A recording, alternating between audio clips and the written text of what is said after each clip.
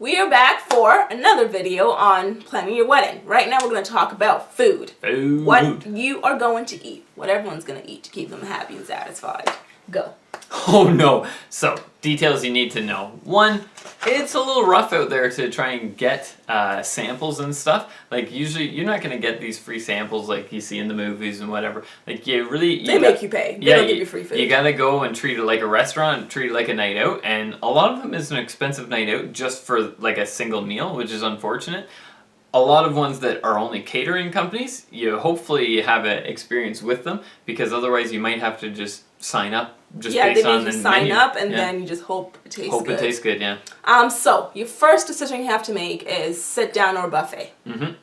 Very important, and you make that decision really based on what you think your guests will like and what you like and what food. And what the venue can support. Yes. And is offering. Well, yeah, and again, this depends on if you've made your decision already on a venue, because if you haven't, then this is totally up to you. But if you already chose a venue, then you kind of have to go based on what they want. Make your decision on a venue first. Yeah. Totally, because you don't get a caterer, because you might choose a venue that doesn't allow outside catering. So do the venue first. Yes.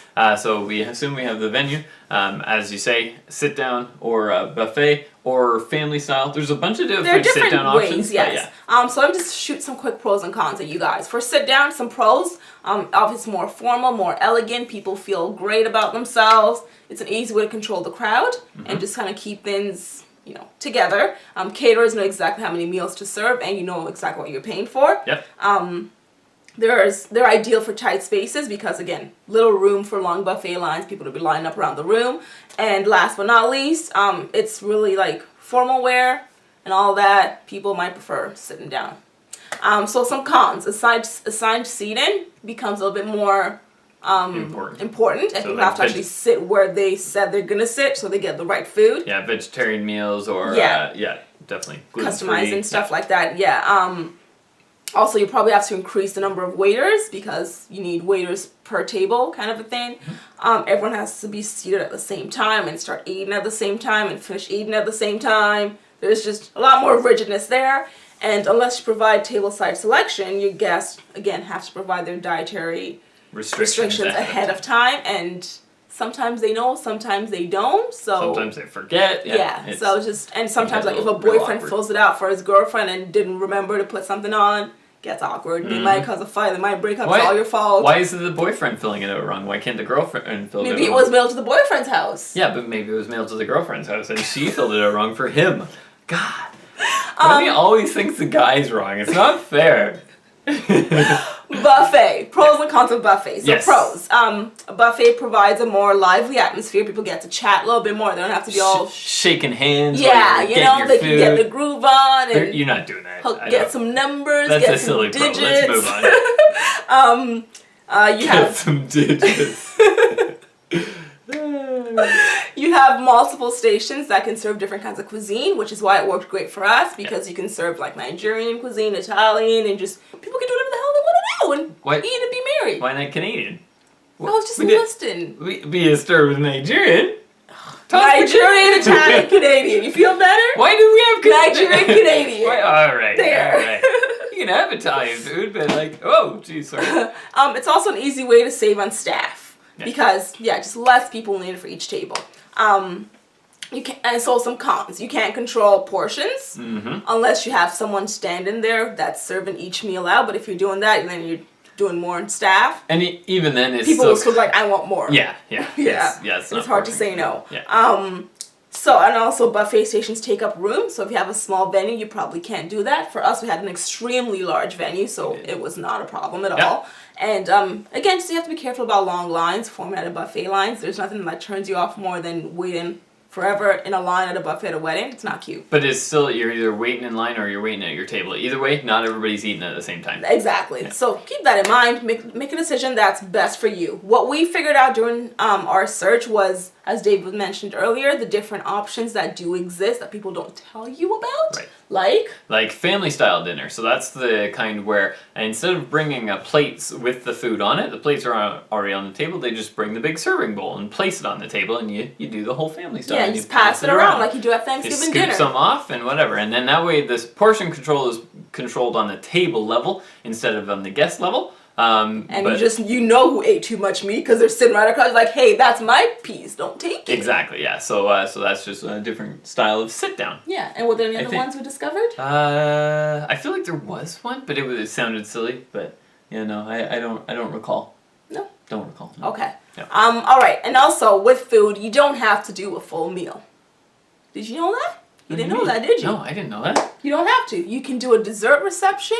You can do an afternoon brunch. You can do an afternoon tea. Is it really an afternoon brunch? Isn't brunch halfway between breakfast and lunch? Would it be a lupper? I don't know. Yeah. Anyway, that's okay. Point. Afternoon snack Yeah, session. you can do just a cocktail reception. You can do just something small that isn't necessarily like a full big thing, depending on what you can afford and what your family and friends will enjoy if you care about them. Yeah. So, is that it for food?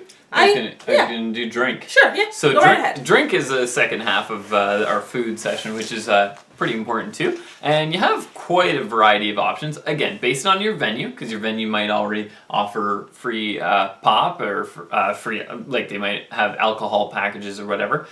Usually with alcohol, there's kind of a couple of different levels. You can have like the base alcohol, which is just your standard domestic beers, standard like rye and rum and vodka and whatever, and wine, and then but then you can have some better beers, better wines, better hard liquors. And so with that, the suggestions I would give is there are a couple of different options of what you can do. You can do an open bar, you can do a cash bar, and you can do it in the middle, where it's a donation kind of based. And so different things that I've seen in the past and that we've researched are that you can actually, if it's going to be somewhat of a cash bar, you can do it to just offset some of the costs, or you can just do it as a kind of a control on your guests. If you're worried about things getting out of hand, charging people a couple of bucks for a drink. They'll drink less. Yeah, they might. There's still going to be, Uncle Frank who's going to just have too many, but that's all right. And usually it's not Uncle Frank, it's Cousin Frank, but that's okay. Yeah! But anyway, so those are some things that you can do. I know that alcohol can be a large cost to a wedding, and so... Or you can just have a dry event. or No liquor. Let's live it up with some pop. I like some pop. Also potential if you want diabetes, but no, I'm just... That went south really It's just that's a lot of sugar throughout the night if you're drinking all the pop. But liquor has sugar.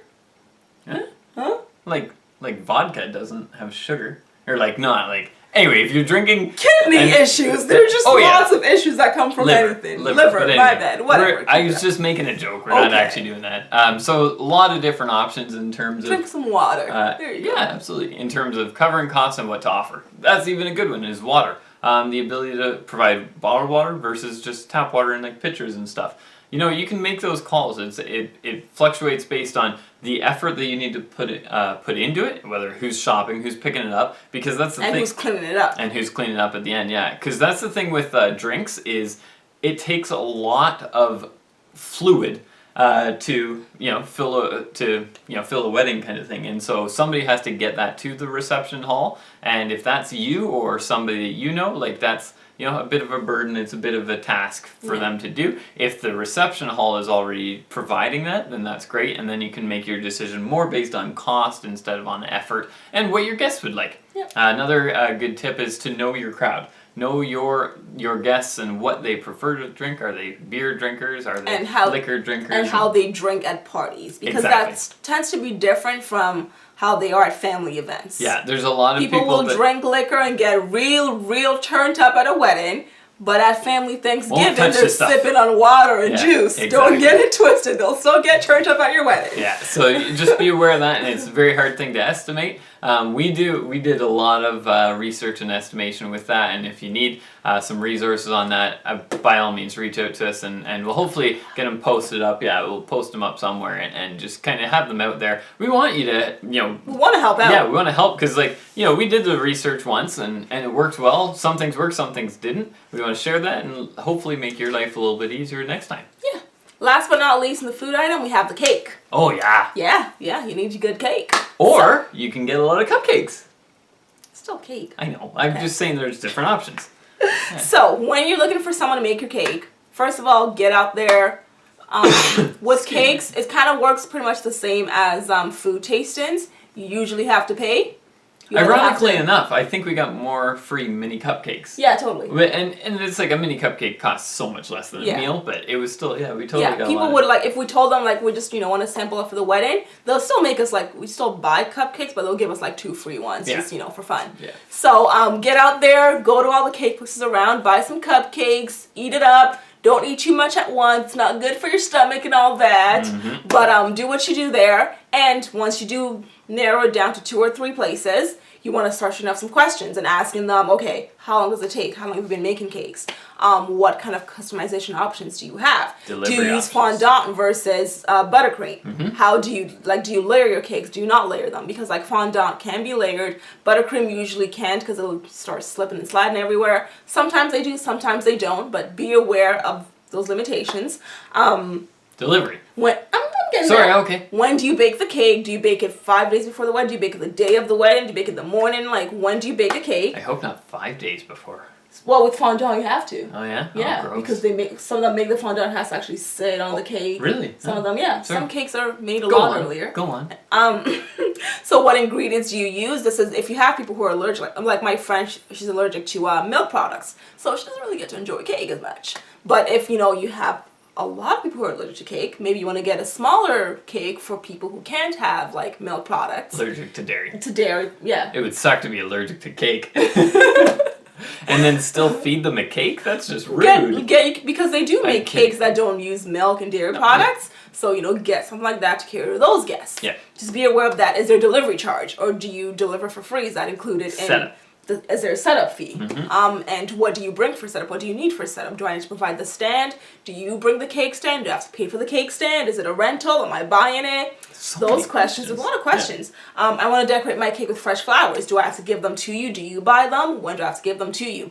I want to put a bow on my cake that I purchased that my aunt gave me, hand me down, like something borrowed. How do you handle that? How do you make sure that it's not broken? Blah, blah, blah. Is there a deposit? Do I have to pay you full price before you deliver or the day you deliver? And how's the price established? If you're doing cupcakes, are you charging me per dozen? Is it just the first 100 cupcakes cost X amount and 25 cents after that? They're never 25 cents. No. Never 25 cents.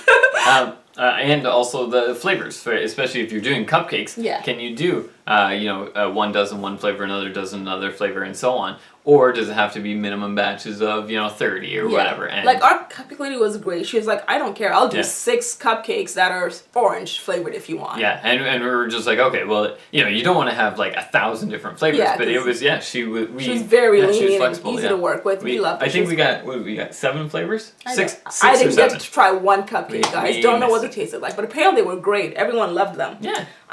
Okay, so that's the questions to ask them. Now, questions to ask yourself.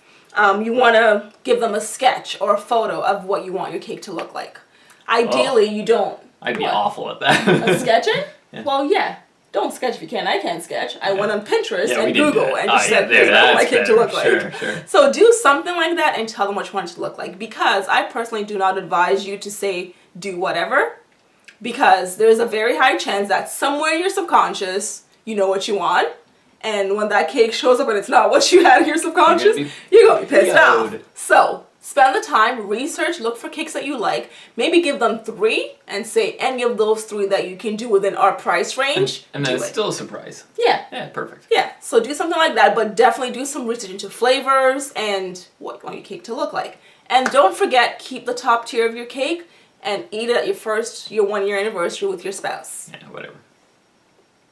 Do that. It's nice. Our cake is sitting in the freezer It's right in our now. freezer. We'll get it. And make sure before you do that, you want to research how to freeze a cake properly. Don't just throw it in the freezer. And likely you'll probably want to research how to unthaw it. We'll get to that one in a year. In a year. but We still whatever. have time.